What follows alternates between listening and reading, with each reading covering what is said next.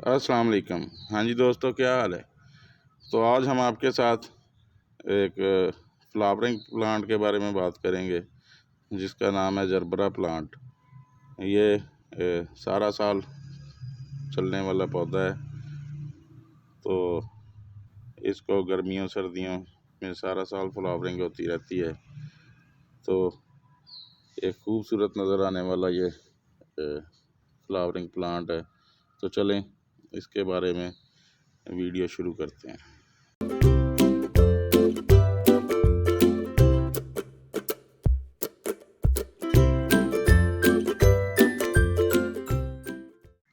हाँ जी, तो ये है जी जरबरा प्लांट। ये एक परमानेंट फ्लावरिंग प्लांट है। ये काफ़ी देर तक, काफ़ी साल तक चलता रहता है।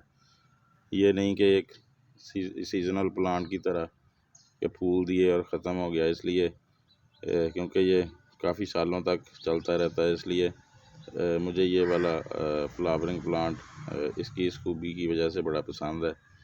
तो ये खुद को मल्टीप्लाई भी करता रहता है। ये अगर मैं दिखा सकूं, ये देखें, ये वाला पौधा दो हिस्सों में मल्टीप्लाई हो जाए। इसके भी दो पौधे बन चुके हैं और फरवरी के महीने में हम इनको अलहदा करके इस दो पौधों की शक्ल में अलहदा अलहदा गमलों में भी ग्रो कर सकते हैं।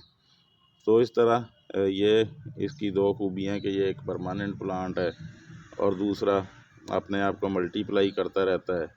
तो इस वजह से ये पौधा मुझे बहुत पसंद है। तो अब बात कर लेते हैं इसकी सनलाइट की, जो सबसे इम्पोर्टेंट है इसके लिए। तो सर्दियों में इसको जितनी ज़्यादा भी आप सनलाइट में रख सकें उतनी ज़्यादा इसको सनलाइट दें।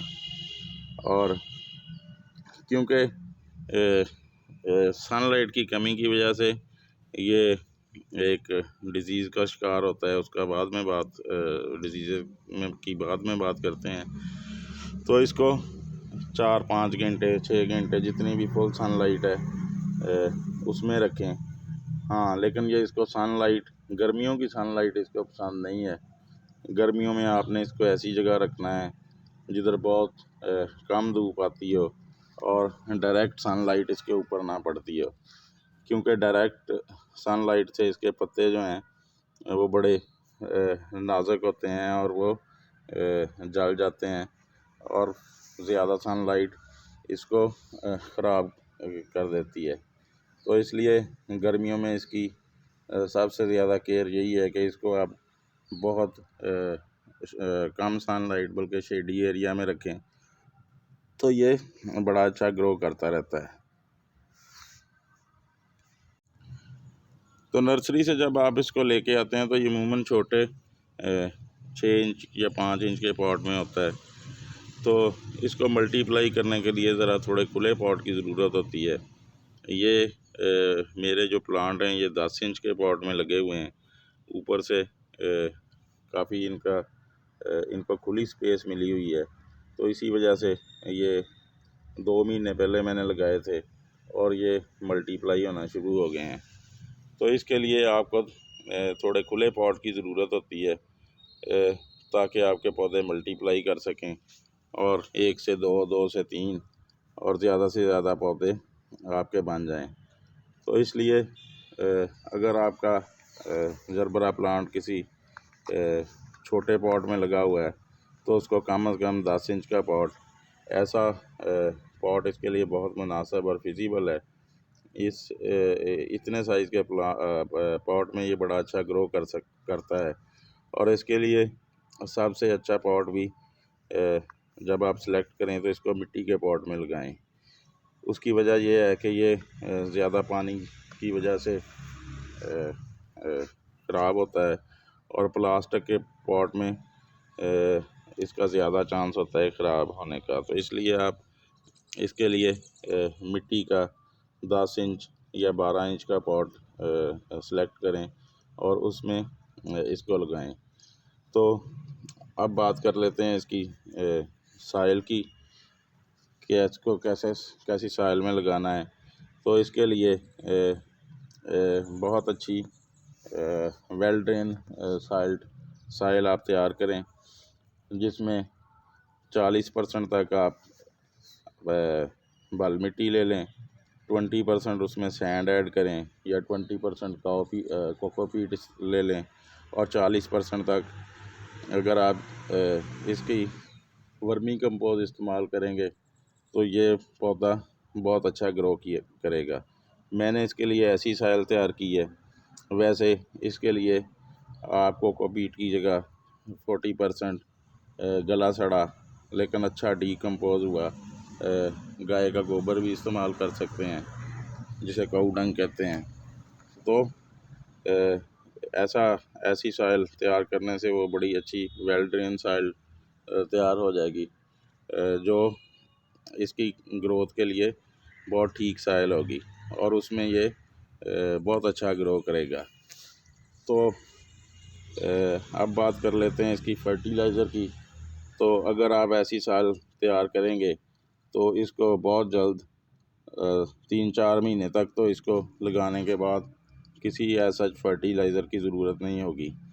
तो उसके बाद आप इसमें हर महीने थोड़ी बहुत काऊ डंग या वर्मी कंपोज डाल सकते हैं, या क्योंकि इसके पत्ते हमेशा लश ग्रीन रहते हैं और इनको नाइट्रोजन की काफ़ी ज़रूरत होती है। तो इसमें आप NPK खाद का इस्तेमाल कर सकते हैं, लेकिन NPK बेहतर है कि आप लिक्विड फॉर्म में इस्तेमाल करें। 1 चम्मच 1 लीटर पानी में डालकर तो उसको अच्छी तरह से हल करके तो 1 छोटी चाय की चम्मच जो है ये 2 पौधों के लिए काफ़ी हो जाएगी। तो इस तरह आप महीने में एक दफ़ा ये लिक्विड फर्टिलाइज़र इसको देंगे या गाय का गोबर देंगे थोड़ा बहुत, तो ये बड़ा अच्छा पौधा ग्रो करता रहेगा। तो अब बात कर लेते हैं इसकी प्रोपगेशन की। तो इसको 2 तरीक़ों से ग्रो किया जाता है।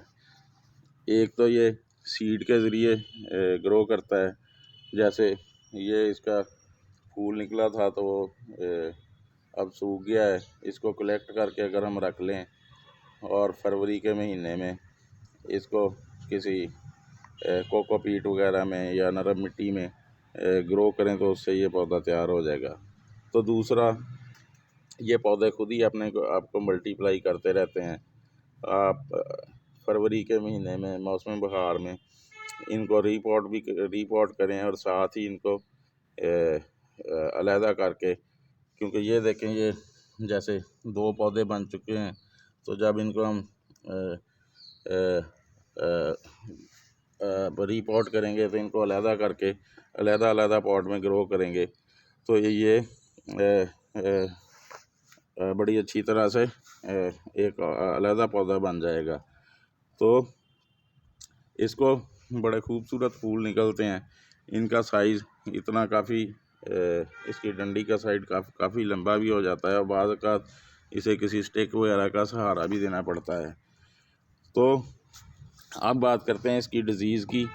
तो इसको सिर्फ फंगस ही तंग करती है, वो भी उसको अगर आप ज़्यादा पानी दे देंगे तो उसकी वजह से इसके ऐसे जैसे ये पत्ता मैं आपको दिखा सकूं तो ये इस तरह से ज़्यादा वाटरिंग की वजह से ये पौधे फंगस का शिकार हो सकता है। इसलिए इसको उस वक़्त पानी दें जब इसकी ऊपर वाली लेयर अच्छी तरह से 1 इंच तक खुश्क हो जाए। तो सर्दियों में इस बात का आपने ख़ुसूसी ध्यान रखना है कि इसको पानी बहुत कम देना है और इसको ऐसी जगह पर प्लेस करें जहाँ इसके ऊपर ओस कम से कम पड़ती हो, क्योंकि इसके पत्ते पानी की वजह से ही ख़राब हो जाते हैं, जिसकी वजह से ये फिर फंगस का शिकार होता है। तो दूसरी बात, इस पौधे को लगाते वक्त पॉट में इस बात का ध्यान रखना है कि ये नीचे वाला हिस्सा जो है इसको क्राउन कहते हैं, तो ये मिट्टी के आधा इंच ऊपर होना चाहिए। अगर मिट्टी इसके आधा इंच या इससे थोड़ी ज़्यादा भी ऊपर हो जाए तो इधर से इसको फंगस लगेगी और आहिस्ता आहिस्ता ये वाला पौधा ख़त्म हो जाएगा। और एक दफ़ा ज़्यादा फंगस लग भी जाए तो फिर इसको जल्दी ये ठीक नहीं होता, तो इस तरह ये पौधा ख़राब हो जाता है। तो अगर कोई आपके पौधे का पत्ता ऐसा हो तो इसको काट कर पौधे से अलहदा कर दें, ताकि ये फंगस इसके नीचे मुंतकिल ना हो सके और ये पौधा अपनी ग्रोथ को बढ़ाता रहे और हमें फूल देता रहे और हमारे लॉन, हमारे घर की खूबसूरती में इजाफा करता रहे। तो चलें जी, आज के लिए इतना ही, फिर किसी नए टॉपिक पर आपसे बात करेंगे। हाँ, अगर आपने हमारा चैनल सब्सक्राइब नहीं किया तो कर लें, बेल बटन को दबा लें, ताकि हर आने वाली वीडियो का नोटिफिकेशन आपको मिल सके। ओके जी, अल्लाह हाफिज़।